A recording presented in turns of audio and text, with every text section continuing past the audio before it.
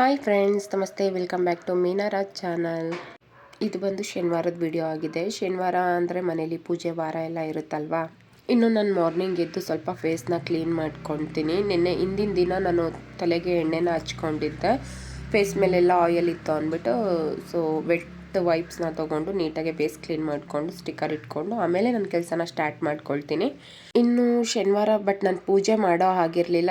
ಆ ಕಾರಣಕ್ಕೆ ಅಂಕಿತಾಗೆ ರೆಗ್ಯುಲರಾಗಿ ಶನಿವಾರ ರಜಾ ಇರುತ್ತೆ, ಬಟ್ ತೇಜುಗೆ ರಜಾ ಇರೋದಿಲ್ಲ. ಆದರೆ ಅವಳಿಗೆ ಎಕ್ಸಾಮ್ ನಡೀತಿರೋದ್ರಿಂದ ಅವಳಿಗೂ ಸಹ ಶನಿವಾರ 12 ಮೇಲೆ ಸ್ಕೂಲ್ ಇತ್ತು. ಇನ್ನು ಆ ಕಾರಣಕ್ಕೆ ಇಬ್ರಿಗೂ ಬೆಳಗ್ಗೆನೇ ಪೂಜೆ ಮಾಡ್ಕೊಳ್ಳಿ ಅಂತ ಹೇಳಿದ್ದೆ. ಅವ್ರು ಪೂಜೆಗೆಲ್ಲ ರೆಡಿ ಮಾಡ್ಕೊಳ್ತಿದ್ರು. ನಾನು ಸ್ವಲ್ಪ ಮನೆ ಒರೆಸಿ ಕಸ ಗುಡಿಸಿ ಕ್ಲೀನ್ ಮಾಡಿಕೊಟ್ಟೆ. ಇನ್ನು ಅಂಕಿತಾ ತೇಜುನೇ ಕೆಲವೊಂದು ಸತಿ ಪೂಜೆ ಎಲ್ಲ ಮಾಡ್ಕೊಳ್ತಾರೆ ಪಾಪ, ನಾನೇನಾದರೂ ಮಾಡೋ ಹೋಗಿಲ್ಲ ಅಂದಾಗ. ಅವರು ತಿಳಿದಾಗೆ ಸಣ್ಣ ಪುಟ್ಟ ಕೆಲಸಗಳನ್ನೂ ಸಹ ಮಾಡ್ಕೊಳ್ತಾರೆ. ಒಂದು ಮೇಕಪ್ ಆರ್ಡ್ರು ಸಹ ಒಪ್ಕೊಂಡಿದ್ದೆ, ಹೋಗಬೇಕಿತ್ತು ಅಂದ್ಬಿಟ್ಟು ನಾನು ಒಂದೇ ಸತಿ ಸಾಂಬಾರನ್ನ ಮಾಡ್ಕೊಳ್ಳೋಕೆ ರೆಡಿ ಮಾಡಿಕೊಂಡೆ.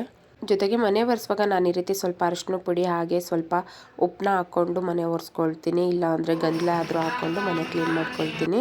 ಇನ್ನು ಕೆಲವೊಂದು ಈ ಥರ ರಾಮರು ವೇಷ ಹಾಕ್ಕೊಂಡೆಲ್ಲ ಕಾಸು ಕೇಳ್ಕೊಂಬರ್ತಾರಲ್ವಾ. ಕೊಡ್ಬೋದು ಹೋಗಪ್ಪ. ಇನ್ನು ಅಂಕಿತ ಬಂದು ಕೇಳ್ತಾ ಇದ್ಲು, ಅಮ್ಮ ಮೊಟ್ಟೆ ತಿನ್ಬಿಟ್ಟು ಅವ್ರಿಗೆಲ್ಲ ಕಾಸು ಕೊಡ್ಬೋದಾ ಅಂತ. ಮಕ್ಕಳಂತೂ ಕೆಲವೊಂದು ಸತಿ ನಾವು ಏನು ಹೇಳ್ತೀವೋ ಅದನ್ನು ನೆನ್ಪಿಟ್ಕೊಂಡ್ಬಿಟ್ಟಿರ್ತಾರೆ. ನಾವು ಇವಾಗ ಕೆಲವು ಸತಿ ಹೇಳ್ತಾ ಇರ್ತೀವಿ, ನಾನ್ ವೆಜ್ ಎಲ್ಲ ತಿಂದ್ಬಿಟ್ಟು ದೇವ್ರ ಮನೆಗೆಲ್ಲ ಹೋಗಬಾರ್ದು, ಅಥವಾ ಯಾರಾದರೂ ದೇವ್ರದ್ದೆಲ್ಲ ಕೆಲವೊಂದು ಸತಿ ಕಾಣಿಕೆ ಕೇಳ್ಕೊಂಡು ಮನೆ ಹತ್ರ ಬಂದಾಗ ಅವ್ರಿಗೆಲ್ಲ ಈ ಬಸವಣ್ಣ ಎಲ್ಲ ಕರ್ಕೊಂಬರ್ತಾರಲ್ಲ, ಅವಾಗೆಲ್ಲ ನಾನ್ ವೆಜ್ ಎಲ್ಲ ತಿಂದ್ಬಿಟ್ಟು ಅವ್ರನ್ನೆಲ್ಲ ಮುಟ್ಸ್ಕೊಬಾರ್ದು ಅಂತ ಹೇಳಿದ್ದು ನೆನಪಿದ್ದೆ ಅವಳಿಗೆ.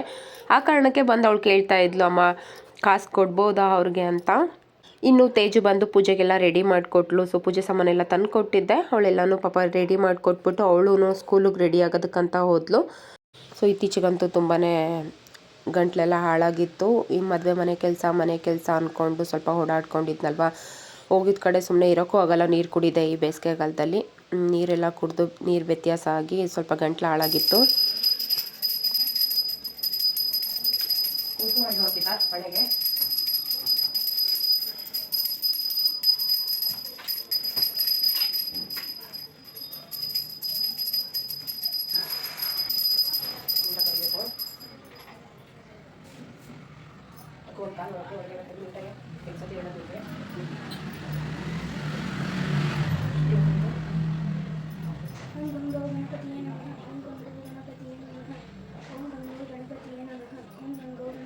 ಇನ್ನು ಅಂಕಿತ ಅವಳು ಗೊತ್ತಿರೋ ಒಂದಷ್ಟು ಶ್ಲೋಕಗಳನ್ನೆಲ್ಲ ಹೇಳ್ಕೊಂಡು ಪೂಜೆನ ಮುಗಿಸ್ಕೊಂಡು ಆಮೇಲೆ ಟಿಫನ್ ಮಾಡೋದಕ್ಕಂತ ಹೋದ್ಲು. ಇನ್ನು ತೇಜುಗೆ ಸ್ಕೂಲ್ ಎಕ್ಸಾಮ್ ಇತ್ತು ಅಂತ ಹೇಳಿದ್ನಲ್ವ, ಆ ಕಾರಣಕ್ಕೆ ಅವಳು ಸ್ವಲ್ಪ ರೆಡಿಯಾಗಿ ಬಂದು ತಲೆ ಬಾಚ್ಕೊಡಿ ಅಂತ ಅಂದ್ಲು. ಅವಳು ಅಮ್ಮ ಮನೇಲಿ ಉಪ್ಪಿಟ್ಟೇನೋ ಮಾಡಿದ್ರು ಅಂತ ತಿಂದಿದ್ಲು ಅಂದ್ಬಿಟ್ಟು ಸ್ವಲ್ಪ ಹಣ್ಣು ಕಟ್ ಮಾಡಿಕೊಡಿ ಸಾಕು ಅಂತ ಅಂದ್ಬಿಟ್ಟು ಹಣ್ಣು ತಿಂತಾಯಿದ್ಲು. ನೀನು ಅಲ್ಲಿ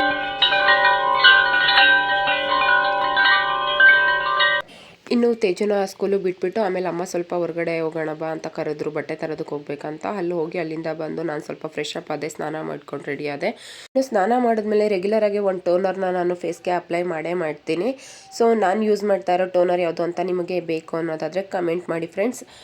ಅಥವಾ ಯಾವ ರೀತಿ ಯಾಕೆ ನಾವು ಟೋನರ್ನ ಯೂಸ್ ಮಾಡ್ತೀವಿ ಅಂತ ನಿಮಗೆ ಡೀಟೇಲ್ಸ್ ಬೇಕು ಅಂದರೂ ಕಮೆಂಟ್ ಮಾಡಿ. ಆದಷ್ಟು ನಾನು ಏರ್ನ ಬಿಸಿಲಲ್ಲೇ ಡ್ರೈ ಮಾಡ್ಕೊಳ್ತೀನಿ. ಫ್ಯಾನ್ ಗಾಳಿ ಅಥವಾ ಹೇರ್ ಡ್ರೈಯರಲ್ಲಿ ಜಾಸ್ತಿ ಏರ್ನ ಡ್ರೈ ಮಾಡ್ಕೊಳ್ಳೋದಕ್ಕೆ ಹೋಗಬೇಡಿ. ಎಲ್ಲರಿಗೂ ಸೆಟ್ ಆಗೋದಿಲ್ಲ, ಏರ್ ಫಾಲ್ ಆಗೋ ಚಾನ್ಸಸ್ ಸಹ ಇರುತ್ತೆ. ನನ್ನ ವಾಯ್ಸ್ ಎಷ್ಟು ಕ್ಲಿಯರಾಗಿ ನಿಮಗೆ ಕೇಳಿಸ್ತಿದೆ ಗೊತ್ತಿಲ್ಲ. ತುಂಬಾ ಕಷ್ಟ ಆಗ್ತಿತ್ತು ನನಗೆ ವಾಯ್ಸ್ ಕೊಡೋದು. ಇನ್ನು ನಾನು ರೆಡಿಯಾಗಿ 3 o'clock ಅಷ್ಟರಲ್ಲಿ ವರ್ಕಿಗೆ ಬಂದೆ.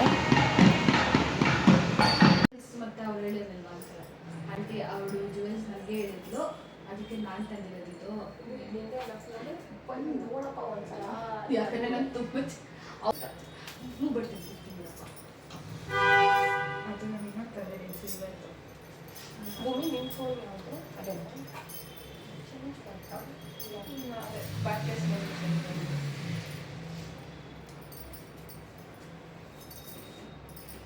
ಇದೆ, ಚಿಕ್ಕ ಬಾಕ್ಸ್ ಇದೆ. ಅದು ಎಲ್ಲಿದೆ? ಈ ಬಾಕ್ಸ್ ಇದೆ ನೋಡಿ ಅಕ್ಕ, ಆ ಬಾಕ್ಸ್ ಒಳಗಿದೆ ಚಿಕ್ಕ ವೈಟ್ ಬಾಕ್ಸ್ ಕಾಣಿದೆ.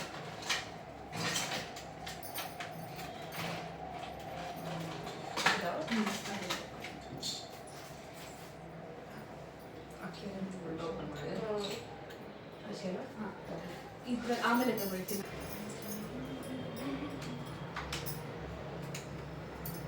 ಮಾಡೋದಕ್ಕಿಂತ ನಾನು ಸ್ವಲ್ಪ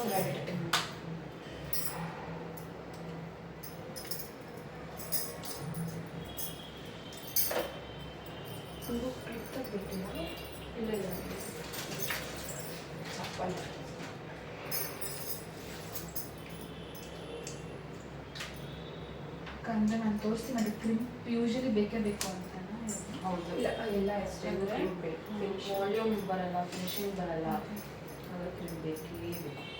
ಆ ಕ್ಲಿಂಪ್ ಹೋಗ್ಸೋದು ಎಷ್ಟು ಕಷ್ಟ. ಏನಿಲ್ಲ ಇವತ್ತು ನಾಳೆ ಅಷ್ಟೇ, ನಾಳೆ ಮತ್ತೆ ತಲೆಸ್ನಾನ ಮಾಡ್ತೀರಲ್ವಾ, ನೆಕ್ಸ್ಟ್ ವೆಡ್ಡಿಂಗ್ ಆಗಿಲ್ಲ, ನೆಕ್ಸ್ಟ್ ಎಣ್ಣೆ ಹಾಕೊಂಡು ನೀವು ನಾಳೆ ತಲೆ ಸ್ನಾನ ಮಾಡ್ತೀರಾ ಬೆಳಿಗ್ಗೆ ಮತ್ತೆ? ನೈಟು ಅರ್ಶಿನ ಶಾಸ್ತ್ರ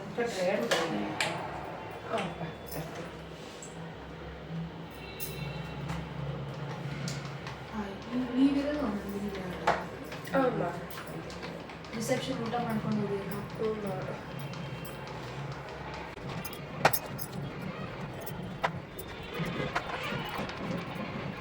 ಮಾಡ್ತಾರಲ್ವ ಆ ಥರ ಕೇಳ್ತಾರೆ. ಲಾಸ್ಟ್ ಅವಳಿಗೆ ರನ್ನಿಂಗ್ ರೇಸ್ ಅಂದರೆ ವಾಲಿಬಾಲ್ ಥ್ರೋಬಾಲ್ ಅದೆಲ್ಲ ಇಷ್ಟ. ನೀರು ರೇಸಲ್ಲಿ ಇಷ್ಟ ಇರ್ತೀವಿ, ಓಡೋದಂದ್ರೆ ಹಿಂಸೆ. ಅವಳಿಗೆ ಇವಿ ಇಷ್ಟ. ಆವಾಗ ಲಾಸ್ಟ್ ಬರ್ತಾ ಇದೆ. ಅಷ್ಟೇ 9th ಸ್ಟ್ಯಾಂಡರ್ಡ್ ಇವಾಗ.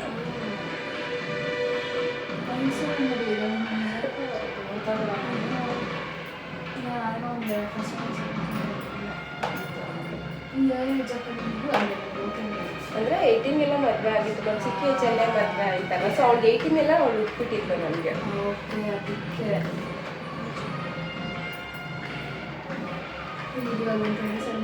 ಇಲ್ಲ ಇಲ್ಲಪ್ಪ 33 ಅಷ್ಟೊಂದು ಚಿಕ್ಕವಲ್ಲ, ಬಟ್ ಅದು ಸಣ್ಣ ಇದ್ದೀನಲ್ಲ ಹಂಗೆ ಅನ್ಸುತ್ತೆ ಅಷ್ಟೇ, ಫೇಸಲ್ಲಿ ಗೊತ್ತಾಗ್ಬಿಡುತ್ತೆ.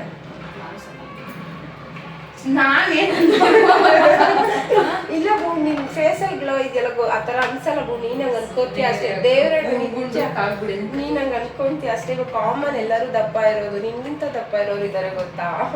ನನಗೆ ದಪ್ಪ ಅಂತ ನನ್ನ ಬಾಡಿ ನನಗೆ ಹೆವಿ ಅನ್ಸುತ್ತೆ.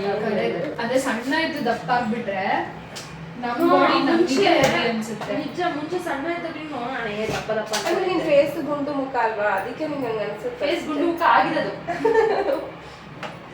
ಗುಂಡು ಮುಖ ಇದ್ದಿಲ್ಲ. ಫಸ್ಟ್ ಅಂದ್ರೆ ಆಯ್ತಾ ಇರಲಿಲ್ಲ, ಸಣ್ಣಕ್ಕಿದ್ದ ಕೈಯೆಲ್ಲ ನನಗೆ ನೋಡಿ ಇಷ್ಟು ಸಣ್ಣಕ್ಕಿತ್ತು. ಅವಾಗ ನಾನು ಇದು 64 63 ಆ ಥರ ಅದೇ ರೇಂಜಲ್ಲಿ ಇದ್ದಿದ್ದು. ಪರ್ಫೆಕ್ಟ್ ನನ್ನ ಹೇಟಿಗೆ ಅದು ಕರೆಕ್ಟ್ ವೆಯ್ಟು. ಆಗಿದೆ ನಾನು 84.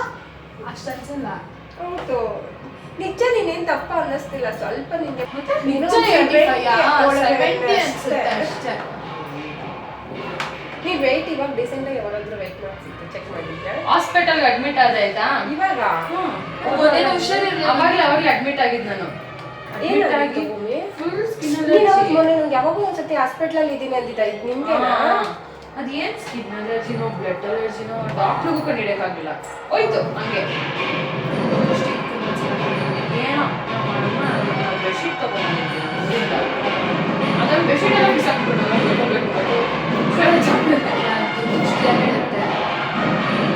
ಹೆಂಗೆ ಅಂತೀರ ಸ್ಕಿನ್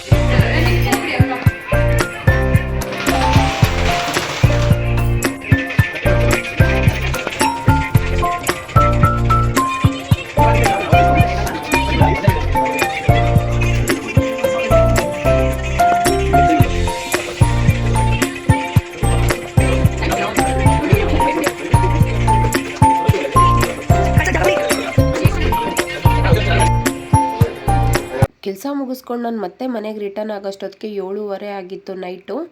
ಇನ್ನು ಸಂಡೇ ಮುಹೂರ್ತಲುಕ್ಕಿಗೆ ಹೇರ್ ಸ್ಟೈಲ್ಗೆ ಹೋಗಬೇಕಿತ್ತು, ಅದು 4 o'clockಗೆ. ಆ ಕಾರಣಕ್ಕೆ ನಾನು ಇಲ್ಲಿಗೆ ವಿಡಿಯೋನ ಕಂಪ್ಲೀಟ್ ಮಾಡ್ತೀನಿ. Thank you friends. You the next blog.